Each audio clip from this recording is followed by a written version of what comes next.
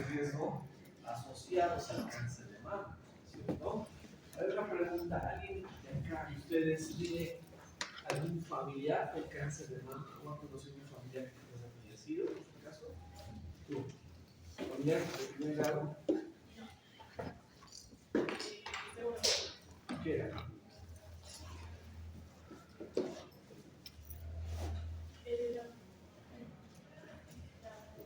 ¿Ah? La hermana de tu papá, tu mamá. Bien. Entonces, el cáncer de mama es un problema de salud pública que está presente en todos los sitios, ¿no? De hecho, ustedes saben que el cáncer de mama es uno de los principales cánceres en el mundo. De hecho, es el primer cáncer en realidad, ¿no es cierto? En relación a la parte anatómica, ustedes ya conocen los elementos más importantes del cáncer de mama o de la anatomía mamaria, ¿no es cierto? ¿Dónde está localizada la glándula mamaria? O la mama, más bien dicho.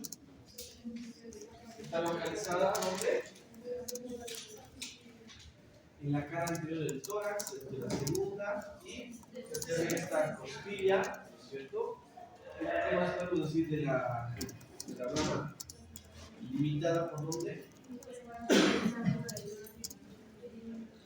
Medialmente limitada por el borde externo del esternón y lateralmente por la línea axilar. Muy bien. La glándula mamaria, la mama está conformada por dos estructuras principalmente. ¿Cuáles son? ¿Quiénes conforman la mama? Los lóbulos. Los lóbulos. ¿Qué? Los lóbulos. ¿Qué lóbulos? ¿Cómo hemos hablado la semana pasada? Tejido adiposo y tejido fibroglandular. ¿Cierto? Fibroglandular. Muy bien. Vamos a continuar. Hay que recordar que en el tema de mama la investigación sigue avanzando, ¿no es cierto? Los científicos están buscando mejores alternativas para el diagnóstico, mejores alternativas para el tratamiento.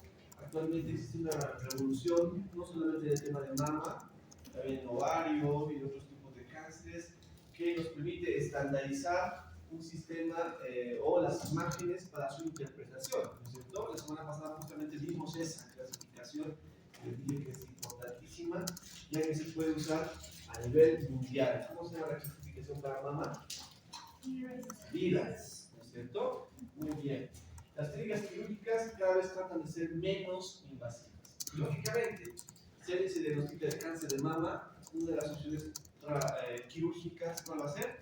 La mastectomía, ¿cierto? Entonces, hacerse la mastectomía es como, por ejemplo, un hombre tuviera cáncer de pene. El pene tiene que amputar el pene. En la mujer pasa lo mismo, o sea, es como quitarles algo de ellas, ¿no es cierto? Una siente que deja de ser mujeres cuando le sacan las mamas. Entonces, es una situación muy compleja, por lo tanto, la técnica quirúrgica está igual revolucionando y está tratando de ser menos invasiva. Están optando por tratamientos sistémicos en algunos casos, según los tipos de cánceres, ¿no? Y se está estudiando mucho la parte genómica, ¿ya? La evolución de la tecnología permite cada vez obtener mejores imágenes, ¿no? Tenemos como principal opción la mamografía, también el ultrasonido mamario, pero también es bastante útil la resonancia magnética. ¿Listo? Muy bien. Miren que el cáncer de mama desde 1940 tiene una tendencia ascendente, dice que incrementa del 1 a 4% cada año. Cada año se diagnostica más cáncer de mama. Países desarrollados y en vías de desarrollo. ¿Listo? Ahora una cosa, ¿por qué creen que hay tanto incremento de cáncer de mama? Porque mejoran los métodos de diagnóstico. En este caso, puede ser, pero hay otras cosas también. Esto estamos hablando a nivel mundial, en muchos casos. ¿Por qué está subiendo tanto el cáncer de mama? Tiene una implicación un poquito social también. Cuando hablamos de Bolivia, sí, incrementado porque están ampliando más métodos de diagnóstico, etc. Pero en el mundo, ¿qué está pasando con nuestras mujeres? ¿Qué pasa sobre todo en Europa, que es más evidente? Correcto, bien. Las mujeres en otros países del primer mundo están postergando cuándo embarazarse. ¿Ve? Y recuerde que un factor de riesgo es justamente ese, la nulliparidad o tener un hijo muy tarde. Es un factor de riesgo. ¿Listo? Muy bien. Continuemos. Dice, en 2012, de todos los cánceres en la mujer, el 25% correspondían a cáncer de mama. Ahora, ¿cuándo se diagnostica más? A partir de los 30 a 49 años, el 19%, de 50 a 64 años, el 37%, y después de los 65, el 44% en este momento. Quiere decir que estas mujeres son mujeres que están en qué etapa? En su etapa quizás más productiva, ¿no? Después de los 30 años. Por lo tanto, una paciente desarrolla cáncer en este momento es realmente un problema, un shock para la familia, un shock para la sociedad y pues económicamente se altera todo el ciclo normal, ¿cierto? Esta es una página de internet que lo pueden buscar, ¿ya? Es el Observatorio Mundial del Cáncer, ¿ya? Es una página que constantemente se está actualizando las cifras de cáncer a nivel del mundo, ¿no? Se van actualizando datos en los países, van comparando tipos de cánceres, entonces es una página súper interesante para la parte económica, ¿no? En las mujeres, ¿qué cánceres son los más prevalentes? Cáncer de cuello uterino en el mundo y cáncer de mama, ¿listo? En el hombre, las dos, ¿cierto? Esto ya lo hemos hablado la semana pasada. El cáncer de mama en nuestro país, en el año 2002, estaba en el sexto lugar, 10 años después, está en el segundo lugar.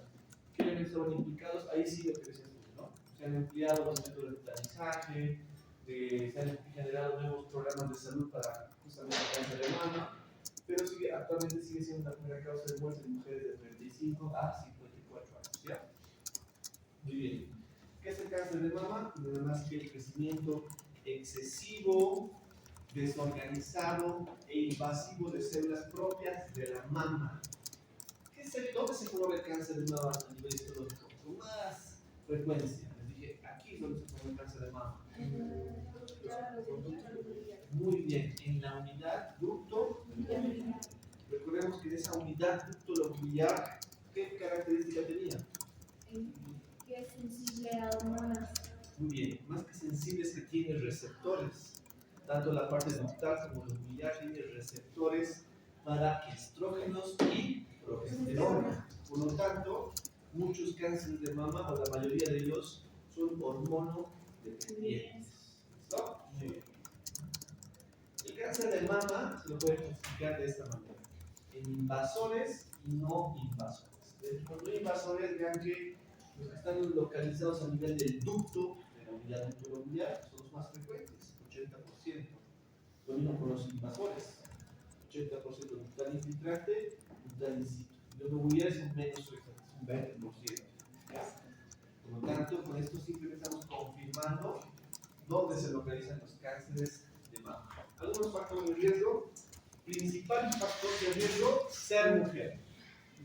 Por lo tanto, los hombres no están exentos. ¿Pueden tener cáncer de mama los hombres? Sí, pueden tener cáncer de mama. Es sumamente infrecuente o muy poco frecuente, pero puede suceder, ¿no? La edad. ¿A partir de qué edad será más frecuente el cáncer de mama? 37, Más de 35 años, más o menos, ¿no? De 35, 55 años es el grupo etario donde más se concentran los diagnósticos de cáncer de mama. El antecedente familiar, tener familiares de primer, segundo, tercer grado con algún tipo de cáncer, sobre todo cáncer de colon, pulmón y ovario, te hace sospechar de que tú, o te abre la posibilidad de que tú puedas tener un cáncer en algún momento. Dime.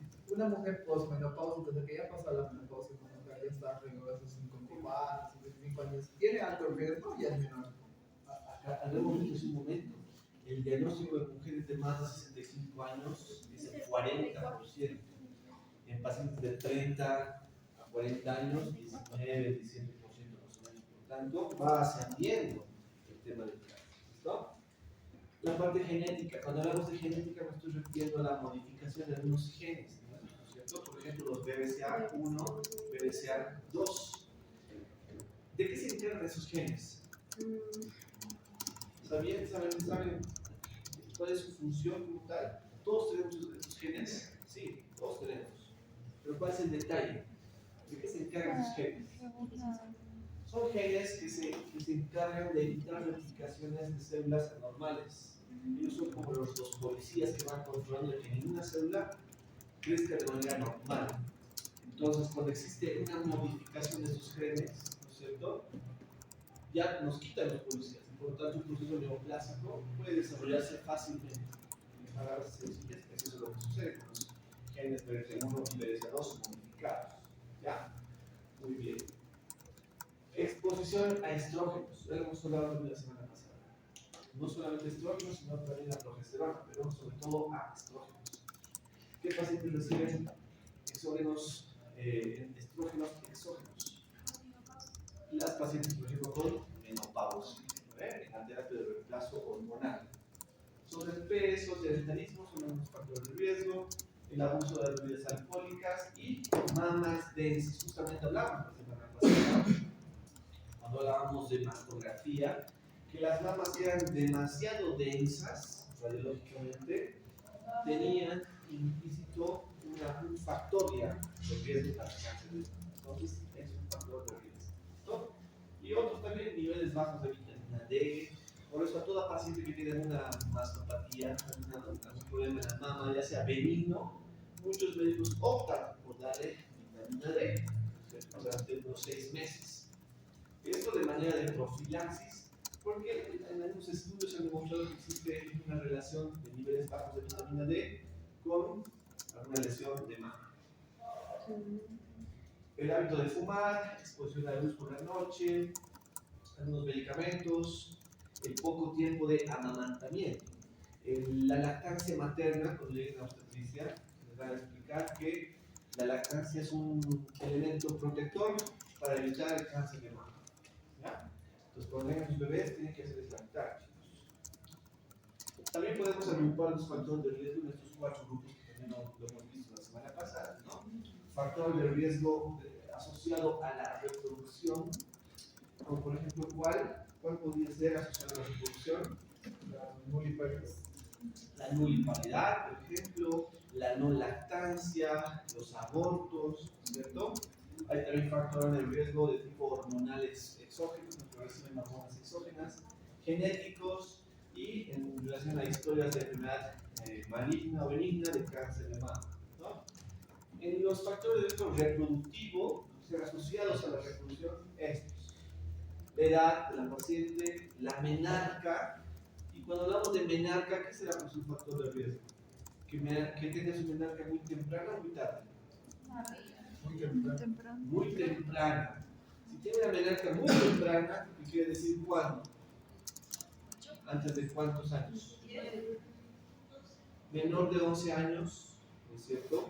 Podemos decir una menarca temprana. Por lo tanto, esta pacientita está más tiempo expuesta a los estímulos de sus propias hormonas. Bueno, lo mismo pasa con la menopausia.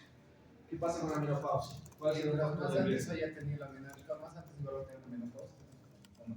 En teoría sí, pero si tiene una carga ovocitaria mayor, quizás tiene una menopausia tardía, ¿cierto? ¿Qué pasa con la menopausia? ¿Cuál es el factor de riesgo? ¿Que tenga su menopausia antes o después? Muy tarde.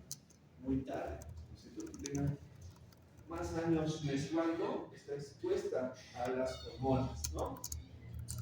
Edad del primer embarazo. ¿Qué será factor de riesgo en este caso? ¿Qué sería embarazo?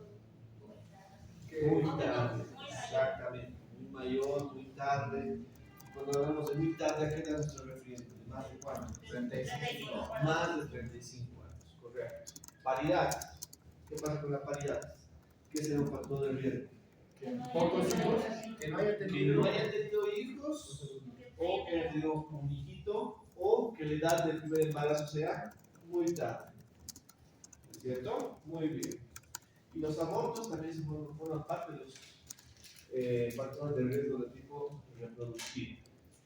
Factores de riesgo en relación a hormonas exógenas. Y solamente tenemos 2: hormonas anticonceptivas y el reemplazo hormonal. Acá, en el primero, hay mucha discusión todavía, ¿no? Hay un grupo grande de científicos que dicen que no pasa nada, que tú recibas hormonas como anticoncepción. Inclusive si tuvieras factor de riesgo, dice que no pasa nada.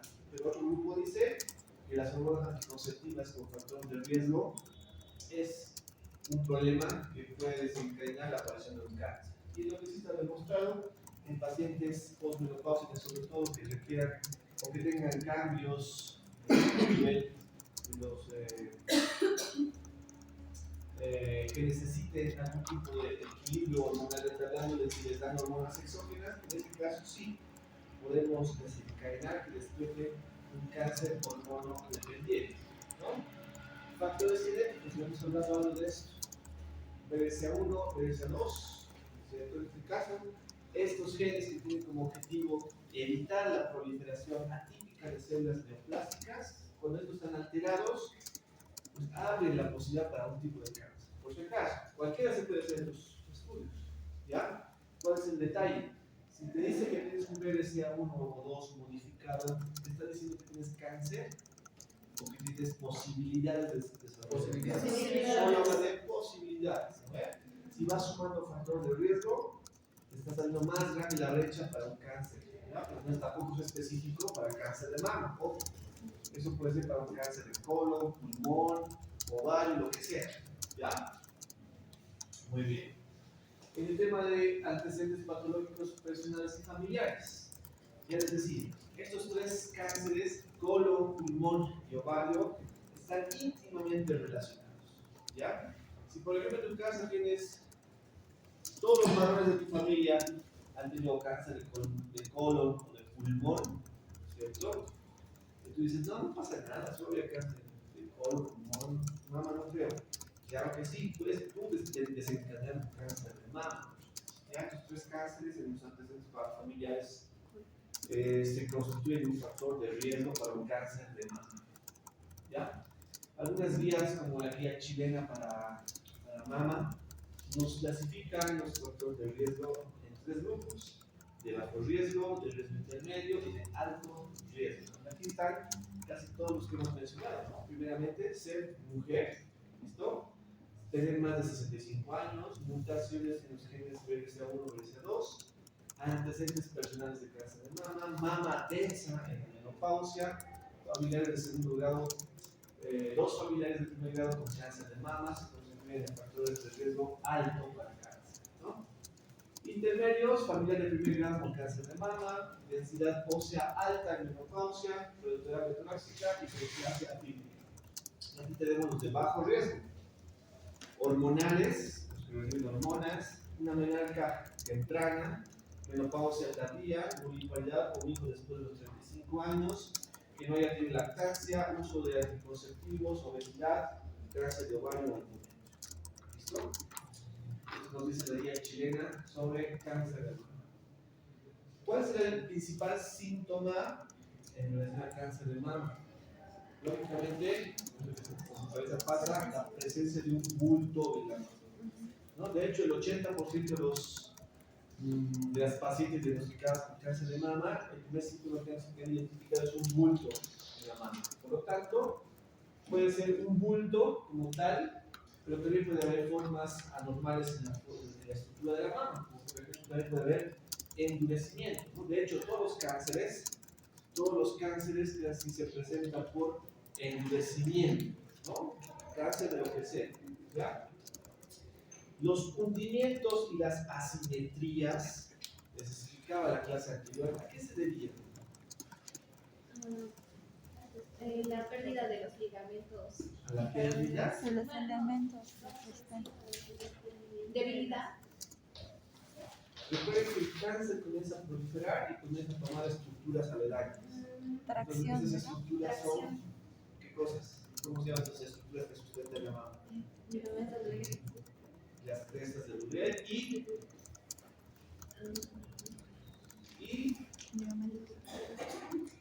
¿qué más? Y los ligamentos de Q, ¿no es cierto? Cuando el cáncer comienza a tomar esas estructuras, vas a observar hundimientos del pezón, la piel, asimetrías, ¿no es cierto? Son algunas características. Recuerden que si en algún momento una paciente comienza a presentar enrojecimiento, aumento de volumen, y que no existe ningún antecedente para que lo cause, tenemos que sospechar la posibilidad de un cáncer, porque existen cánceres que debutan con un proceso inflamatorio.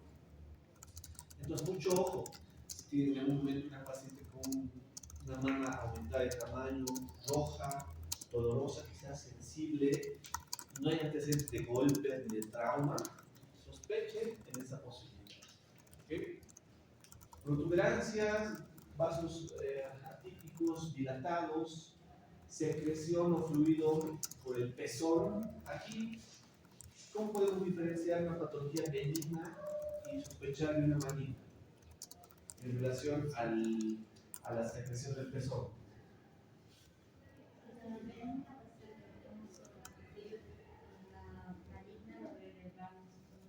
No, falta información. Estás bien, estás tibio, no falta información. Faltan datos. ¿Qué pasa con la patología benigna de mama? Y decimos, parece que es benigno. Y le ves con sangrado por el pezón. ¿Qué más falta? ¿Qué pasa con la patología benigna que presenta la radiografía? ¿Qué más tiene que haber o no tiene que haber? Ya pues, muchachos, ¿cómo se llama la patología benigna más frecuente que se acompaña por radiografía? Muy bien, papiloma intraductal. ¿Cuáles eran las características clínicas del papiloma intraductal? Telorragia, uniporo, ciertos poros sin masa. En este caso, si tenemos una telorragia de más de un poro y a la palpación tú identificas una masa de ese nivel, ya no vas a sospechar que es un papiloma, vas a sospechar posiblemente en un cáncer, ¿no es cierto? Vas a sospechar en la posibilidad de un cáncer. Muy bien, pasamos a los cambios de la textura de la piel. ¿Listo? Estos cambios son los que se conocen como la piel de naranja, ¿no? En la que los poros de la piel son también tomados, ¿no es cierto? Los elementos que sostienen, sobre todo aquí las crestas de Tourette, comienzan a ser tomados y se hacen los poros más marcados, ¿listo? Sensación de cuerpo extraño en la mama son algunos de los síntomas. Cuando realizamos el examen clínico a los pacientes, debemos recordar que hay que hacer todo el examen físico completo, por sistemas, ¿listo? Y cuando llegamos a la parte de mama y en la región torácica, importantísimo valorar los ganglios cervicales, supraclaviculares y axilares. Esos son los tres grupos de ganglios que se tienen que explorar sí o sí en toda patología de mama, ¿ya? Porque son los sitios más frecuentes donde comienza a hacer su metástasis, ¿listo? Entonces, cuando llegamos a mama, tenemos que valorar el aspecto, la uniformidad, la piel, debemos de realizar la palpación y valorar el pezón, ¿ya? También tenemos que valorar tórax, auscultar, hacer toda la semiología de la región pulmonar. ¿Por qué? ¿Por qué tenemos que buscar tórax? Porque es uno de los sitios donde se realiza la metástasis, ¿verdad? Lo mismo pasa en abdomen. Si cuando exploras abdomen sientes una masa muy evidente de procedencia hepática, podemos sospechar quizás de una neoplasia, ¿no? A nivel osteomuscular también tenemos que buscar algún problema, una masa que esté creciendo a especie de tejido de hueso, por ejemplo, de la especie de tejido óseo, porque uno de los sitios también frecuentes para la metástasis es el tejido óseo, ¿no? Autoexploración de mama. Esta es una recomendación que nosotros tenemos que realizar a las mujeres que acudan a la consulta. ¿En qué consiste la autoexploración? Para empezar, tratar de realizar el autoexamen de mama lejos de la menstruación, ¿no? Comienza la menstruación, esperar unos 10 días que termine bien la menstruación y ahí es cuando tiene que practicarse el autoexamen de mamas. Lo mismo pasa con la exploración. Ustedes van a explorar, preguntarle cuándo fue su menstruación, ¿ya? ¿Por qué? Pero es importante saber ese dato, porque recuerden que en la menstruación el tejido mamario también se inflama, se distiende, ¿no? Y genera dolor. Es muy sensible, por lo tanto no va a ser muy útil realizar la autoexploración en este momento. ¿Ya? Si estamos alejados de la menstruación 10 o 14 días después, estos son los pasos que debemos de explicar a la paciente. Primeramente, la inspección, ¿no? Antes de eso, ¿en qué momento se recomienda que se haga la autoexploración? Ya hemos dicho que después de la menstruación. ¿Qué más? ¿En qué momento de su vida cotidiana será más útil? ¿En qué momento? Realizando qué actividades en la vida diaria. ¿Qué hacen ustedes diariamente? Al ¿En la bañarse. vida diaria o cada semana o cada Semana Santa? Al bañarse. Al bañarse. Muy bien. Entonces, durante el baño, ¿no es cierto? La piel mojada y jabonada es mucho más sensible al tacto. ¿Ya? Y algunas masas se pueden palpar mucho más fácil en ese momento. ¿Ya? Entonces es una sugerencia, por decirle a la paciente, señor, usted cada que pueda debería de autoexplorarse, ¿no? ¿Y en qué momento hacerlo? Justamente en el baño, porque es una parte del examen hacerlo en el baño, cuando se está bañando, ¿ya? Entonces, lo que tiene que hacer es en el baño, pararse frente al espejo y verse bien, ¿no? Ver si ambas mamas son simétricas, ¿listo? No hay deformidades, si no hay cambios de coloración en la piel, o si el pezón no está hundido, ¿ya? Segundo paso es colocar sus manos en las caderas, hacer una presión firme, inclinarse un poco hacia adelante y hacia atrás buscando algún cambio. ¿Ven? Otra maniobra para esta es, por ejemplo, colocar ambas palmas de manos juntas a nivel de la frente y hacer presión. Hagan esta maniobra, ¿ven? Todos, hombres y mujeres. ¿Qué cambio siempre? A nivel de la frente, ahí los vean rezando, que el doctor no les aplace. Hagan presión palma con palma. ¿Qué sienten a nivel de los pectorales? Presión, ¿cierto? Cuando hacen esa presión, se van un poco adelante, hacia atrás las mujeres, ¿no es cierto? Y si están observando en el espejo, pueden observar un cambio, ¿no? Una tubulación pequeña puede ser visible con esa maniobra. Entonces es importante recomendar también que hagan esa maniobra en el baño. Ya pueden colocar también las manos en la cadera, como les expliqué, y hacer lo mismo, hacer presión, y van a sentir como los pectorales se ponen más duros, y entonces puede ser evidente una masa a nivel de la mano, ¿no? Otro es el pie, una mano detrás de la cabeza, explorar toda la mama, empezando por la silla y terminando en el pezón. En este caso está diciendo que podemos ir desde de afuera hacia adentro, haciendo movimientos circulares, ¿no es cierto? Pero lo que yo les recomiendo es empezar con la areola, ¿no? Con 2 dedos o 4 dedos, comenzar a hacer movimientos centrífugos, es decir, del centro hacia afuera. Pueden seguir las tendencias del reloj, no ir en contra, pero ser sistemático. Ser sistemático, ¿ya? No dejar ningún espacio vacío. Y al finalizar, terminar en la axila o la cola de Spencer, ¿no? En el cuadrante superior externo, recuerden que está la cola de Spencer, hay que buscar ahí también. Y finalmente buscamos los ganglios axilares, supraclaviculares y cervicales, ¿no es cierto? Muy bien. Estas mismas maniobras podemos realizarlas también acostadas, ¿no? Las pacientes acostadas. Y lo más importante, o al final de todo, no olvidar hacer una pequeña compresión sobre el pezón, ¿ya? Hacer una presión. ¿Para qué? Para ver si hay descargas de materia purulenta o quizás de sangre, ¿no es cierto? Tiene que realizarse de esta manera, ¿ya? Muy bien. Recuerden que, les decía hace un momento, que el principal síntoma es la aparición de un bulto en la mano. El 80% de estos son motivo de consulta en la práctica clínica. ¿Listo? Entonces, en relación a los bultos, ¿qué se dice? Ustedes como pacientes o sus pacientes, mediante el conocimiento que tienen, pueden diagnosticar masas de más o menos 2.5 centímetros o 3.7 centímetros, más o menos. Quiere decir, masas grandes van a ser evidenciadas por ustedes. ¿Ya? Masas más pequeñas por debajo de esto va a estar identificado por el médico. Ustedes tienen que identificarlo. Su tacto tiene que ser más fino. En este caso van a encontrar esas masas hasta de 1 centímetro. Por debajo de 1 centímetro, quizás que su tacto pueda fallar aquí. puede ser que el tacto comience a fallar y se les pase algún nódulo más. Por lo tanto, aquí necesitamos complementar con los estudios de imagen. ¿Ya? Entonces, la autoexploración de mama va a tener limitaciones. ¿Ya? Por eso se les recomienda que las pacientes en los grupos etarios que corresponden acudan a sus pruebas de tamizaje. Ya hemos hablado sobre la principal prueba de tamizaje en nuestro país, que es la mastografía o mamografía, ¿no es cierto? Es una prueba de rayos X, es una imagen que usa rayos X, en la cual la mama es confundida o aplastada por este equipo. ¿Listo? Muy bien. Entonces, ¿cómo se ven las imágenes sugestivas de cáncer de mama? Imágenes radioopacas, ¿no es cierto?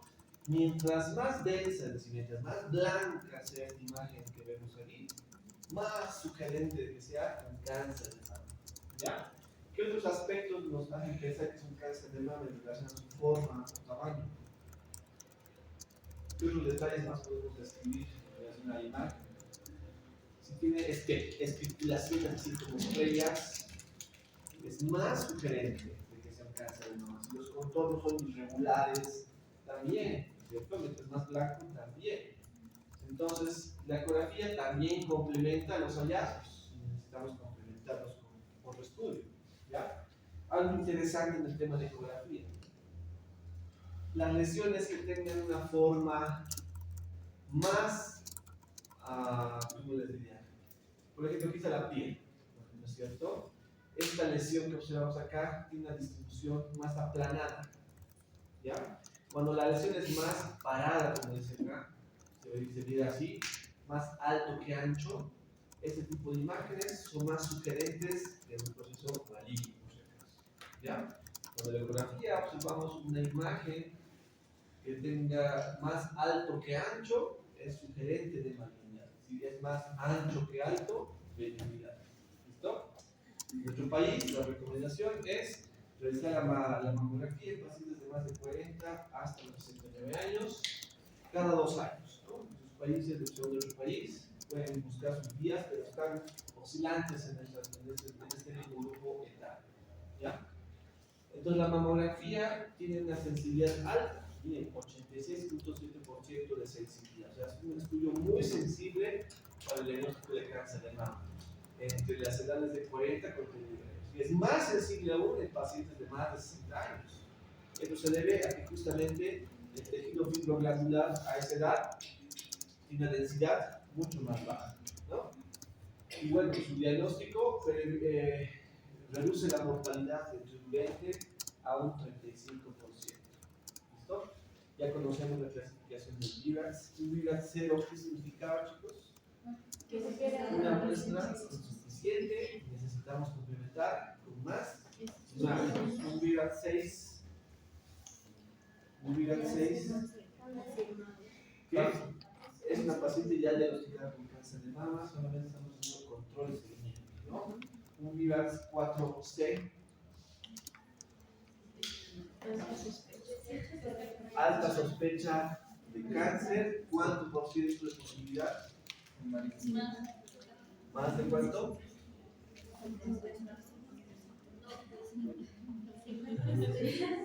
¿Más de cuánto? ¿Más de cuánto? Más del 95%. Muy bien. Correcto. Este es el sistema estandarizado que estábamos hablando al inicio, ¿no?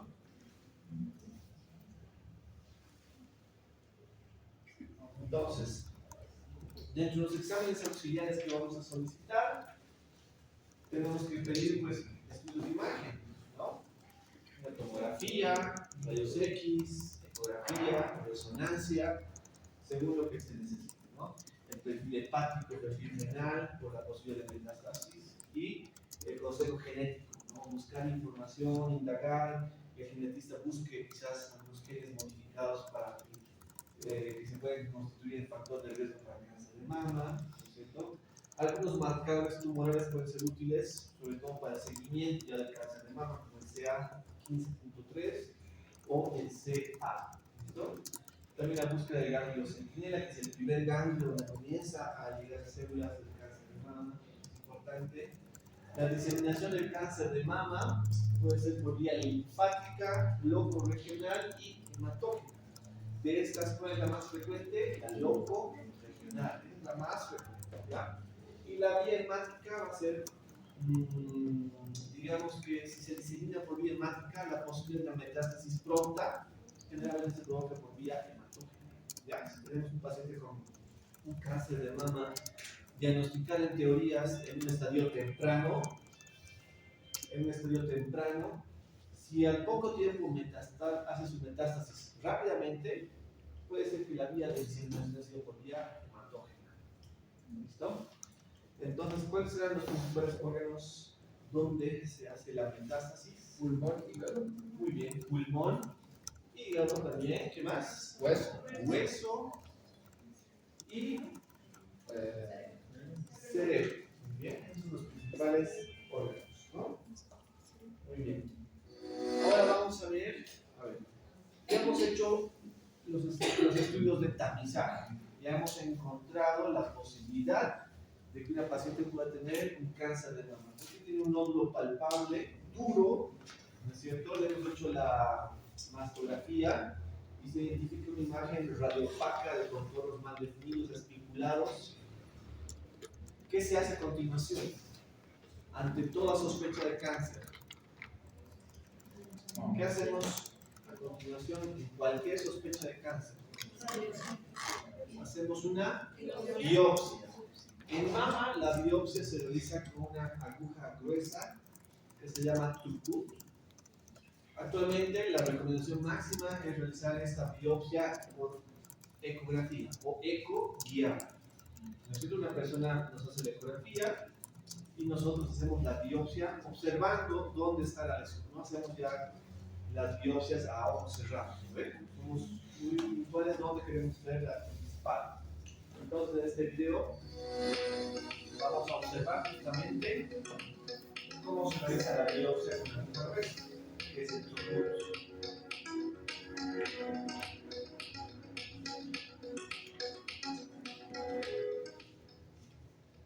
Hola, ¿qué tal? Estamos realizando un procedimiento, una biopsia de mama de mínima invasión. Una paciente de 30 años de edad que tiene hallazgos con sospecha en el ultrasonido. Entonces, lo que consigue es extraer segmentos de esta región, que es el pulmón, sin tocar el tumor en exceso. Es lo mejor. La biopsia de mínima invasión. Entonces, este procedimiento se realiza de manera ambulatoria, se infiltra anestésico local en la piel, hace una incisión pequeñita con un bisturí, de más o menos 2 o 3 milímetros, por donde ingresa la microposición, ¿no? Y la anestesia la colocamos a posición directa, ya la del ultrasonido, el estudio lo introducimos nuestra aguja. Estamos haciendo una aguja. Esa es la aguja Turku, una aguja gruesa, que también utilizan la neurología para biopsias de próstata rectal, chicos. No se va a salvar de nada.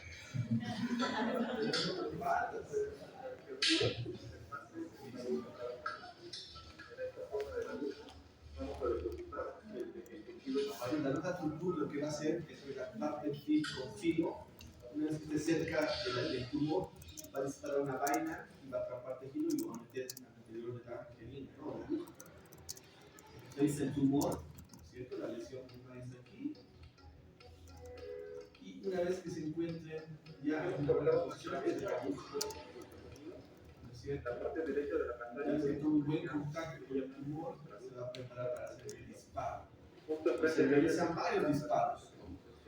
Varias tomas para una buena con la guía del ultrasonido. En este momento vamos a ver la toma de la biopsia del tejido. Vamos a hacer el video. Observen y escuchen. Ahí está. Entonces, este procedimiento se realiza varias veces, ¿no? El objetivo es tomar buena cantidad de muestras para evitar falsos negativos. en el de próstata igual disparas. Igualito se dispara. Es el mismo disparador, de hecho, es la misma.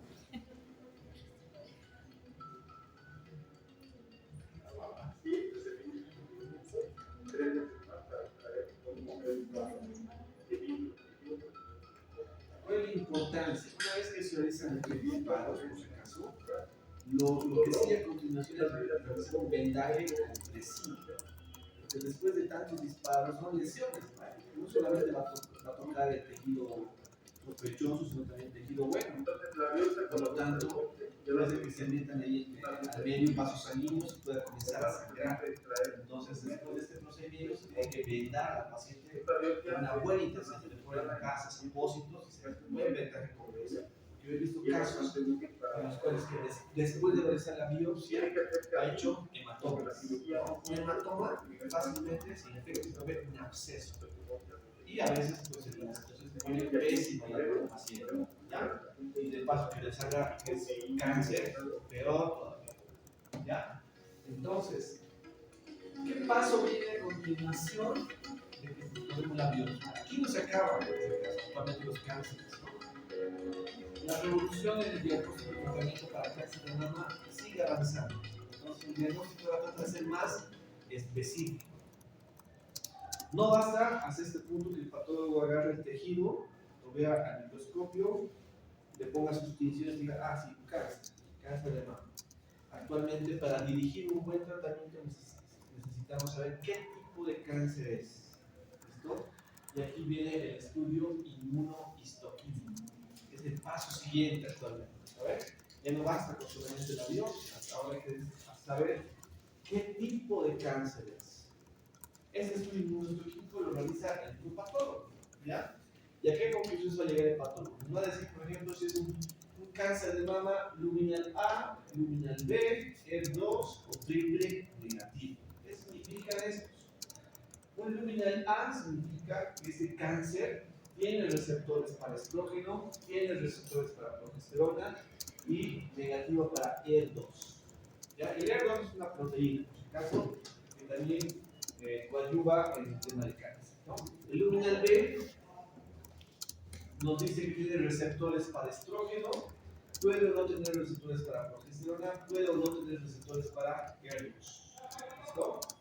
El ER2 puro, receptores negativos para estrógenos y progesterona, lógicamente sí, positivísimo para ER2. Y el triple negativo, que es el peor de todos, es negativo para todo. Para estrógenos, progesterona y ER2. Esos triple negativos son los peores cánceres de mama. Los peores.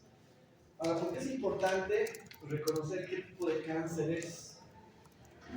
Si tenemos un luminal A, ¿cuál creen que sea una parte del tratamiento? Por lógica, chicos. ¿Qué puede ser parte del tratamiento? Vitamina D. ¿Qué? Vitamina D. Pero ha dicho que se da. Se da, pero estamos hablando de tratamiento para cáncer. Tiene receptores para estrógenos. Es decir, que este tipo de cáncer de mama se nutre de los estrógenos y la progesterona. ¿Qué tendrían que hacer ustedes? A ver. Ya, muy bien. Ahí entra lo que se denomina la hormonoterapia. ¿Lo ven? Vamos a tapar todos los receptores, todo lo que de estrógenos y progesterona lo vamos a sacar del camino y ahí entra la hormonoterapia, ¿no? Bloquear esos receptores. ¿Listo? Entonces, dentro de los cánceres, el más frecuente de mama va a ser que sea luminal A, miren, 55%, más grande, ¿no? De los tipos de cáncer. Más bien, porque ya conociendo esto, la hormonoterapia ingresa allí, un tratamiento que es quirúrgico, van a ser tratamientos más conservadores. ¿Listo? Luego están los ER2, luminal B, triple negativo. ¿Listo? Nuevamente la clasificación, los porcentajes según otra fuente bibliográfica. Muy bien. Ahora pasamos ya hemos diagnosticado esta paciente con cáncer de mama, hemos hecho la subclasificación con el estudio inmunohistoquímico. Ahora nos toca estratificar para saber qué más podemos hacer en relación al tratamiento. Esa estratificación es en base a lo que conocemos como el TNM. ¿Ya? Un estadio 1, ¿qué será? Es un tumor pequeño, de menos de 2 centímetros, sin compromiso ganglionar y que como opción de tratamiento puede ser la cirugía. En ese tipo de cáncer de mama estadio 1, tratamiento es bastante sencillo, ¿ya? La cirugía. Un estadio 2 va a ser un tumor de más de 2 centímetros, va a existir compromiso local, ¿no es cierto? Y en ocasiones puede haber compromiso ganglionar. Un tumor 3 es un tumor de más de 2 centímetros, en este caso sí o sí tiene compromiso ganglionar, puede haber toma de la piel o nivel local o regional. Y el tumor cáncer de mama estadio 4 es un tumor con una metástasis a distancia, ya sea pulmón, hueso o cerebro. ¿Listo? Aquí tenemos una clasificación mucho más completa, eso lo van a revisar con calma. Y tratamiento, tipos de tratamiento. Una opción de tratamiento va a ser el tratamiento local. Por ejemplo, el tratamiento quirúrgico, sacar el tumor. ¿En qué caso sacamos el tumor? ¿En qué estadiajes? Estadio 1, va a ser. Además, el de 3, Peor sería el 3. El estadio 1. ¿Qué decir estadio 1? Menos de Es 2 un tumor centímetros. pequeño menor de cuánto? 2 centímetros, ¿qué más? Sin compromiso Sin ganglionar. compromiso ganglionar. Ese puede tener la opción como el tratamiento quirúrgico, ¿ya? O en ocasiones la radioterapia, otra opción. En estadios más grandes o más avanzados, el tratamiento sistémico mediante la quimioterapia, hormonoterapia, si puede ser luminal A, luminal B, ¿cierto? Anticuerpos monoclonales, inmunoterapia son alternativas para el tratamiento, ¿listo? Este es un índice, el índice de Van Nuys, para pronosticar cómo va a ir este cáncer de mama, ¿listo? Esto es algo más específico para la parte de oncología, la dirección de cómo tiene que ir en el tema de tratamientos neoadyuvantes, adyuvantes, quirúrgicos, según el estadiaje del cáncer de mama, ¿ya? Un dato importante, cuando tenemos, por ejemplo, un cáncer luminal A, luminal B, en paciente joven, por ejemplo ustedes, ¿cuál además sería parte del tratamiento? Fuera de lo que hemos hablado. ¿Qué más harían ustedes para, aparte de la hormonoterapia? ¿Qué harían? No, aparte. ¿Qué más harían, chicos? ¿Quién forma estrógenos y progesterona en su cuerpo? Los ovarios. Actualmente una recomendación es justamente eso. Pacientes diagnosticados con cáncer de mama, que es el cáncer de mama, sea un luminal A o luminal B, también sacar los ovarios. ¿Ya? Y de hecho, hay una persona que lo ha hecho en el mundo muy famosa, que se ha practicado esta cirugía. ¿Ves? Se ha hecho una mastectomía bilateral y se ha hecho posteriormente en nuestra cirugía la mastectomía bilateral. ¿De quién estoy hablando? Angelina Jolie. ¿Ves? El cáncer de ovario, desgraciadamente, es un cáncer bastante agresivo y que la mayoría de las veces lleva a sus portadoras a la muerte. Entonces, sabiendo ella que también tiene un riesgo de hacer un cáncer de ovario, ahora se ha hecho esta segunda operación, que es una operación donde le sacan los dos ovarios para evitar que ella haga un cáncer de ovario. La nueva operación de Angelina Jolie encendió la polémica en torno al cáncer en las mujeres. Es que la actriz se extirpó los ovarios 2 años después de someterse a una mastectomía. Para un especialista, son varias las maneras de prevenir un cáncer, pero el control periódico es fundamental. Hay que analizarlo dentro de un contexto médico, ético, pero también creo basado en los derechos humanos de poder optar cada uno sobre la decisión de su propio cuerpo. Tener predisposición genética no significa que efectivamente esa genética se vaya a expresar. Hay otros cofactores que influyen para que esa expresión genética se dé o quede inhibida por el resto de la vida. En el contexto general deberíamos tomar una decisión. Por supuesto, no vamos a salir mañana todos a extirparnos los ovarios o nosotros el testículo, porque más allá de la función reproductora que puede tener el ovario, puede tener una etapa debería ser reproductiva, tener una función somática, manteniendo ciertas estructuras orgánicas necesarias para acompañarnos hasta el final de la vida, por supuesto. Pero no solo se puede utilizar la cirugía, sino que se puede utilizar también el seguimiento estricto, es decir, el control estricto, anual o semestral, dependiendo cada caso, con imágenes sobre todo, con mamografía principalmente, pero también con ecografía. Y también se puede utilizar algunos elementos químicos, como son algunas drogas. Muy bien. ¿Preguntas hasta acá? ¿Preguntas? A ver. ¿El dolor en la clínica entra como algo específico o No. Si tienes dolor y hay un bulto de deformidad en la mama, ya es un cáncer ya avanzado. Estadio G3 o 4 quizás. Lógicamente el cáncer duele. Estadios avanzados duele. Pero si no tuviera lo que es presencia de bultos o alguna enfermedad? Para que duela, ya tiene que haber un compromiso más profundo. Tiene que haber toma de nervios, vasos sanguíneos, que la masa sea tan grande que haga presión con otras estructuras y genere dolor. O sea, si aparece dolor, ya estamos hablando de que posiblemente ese cáncer tiene un estadio G arriba de 2 o 3. Pues el dolor ya es un mal signo. ¿Alguna otra pregunta, chicas, chicos? ¿Ninguna? Muy bien. Para la siguiente, ¿cuándo utilizamos este grupo? De aquí a 2 horas.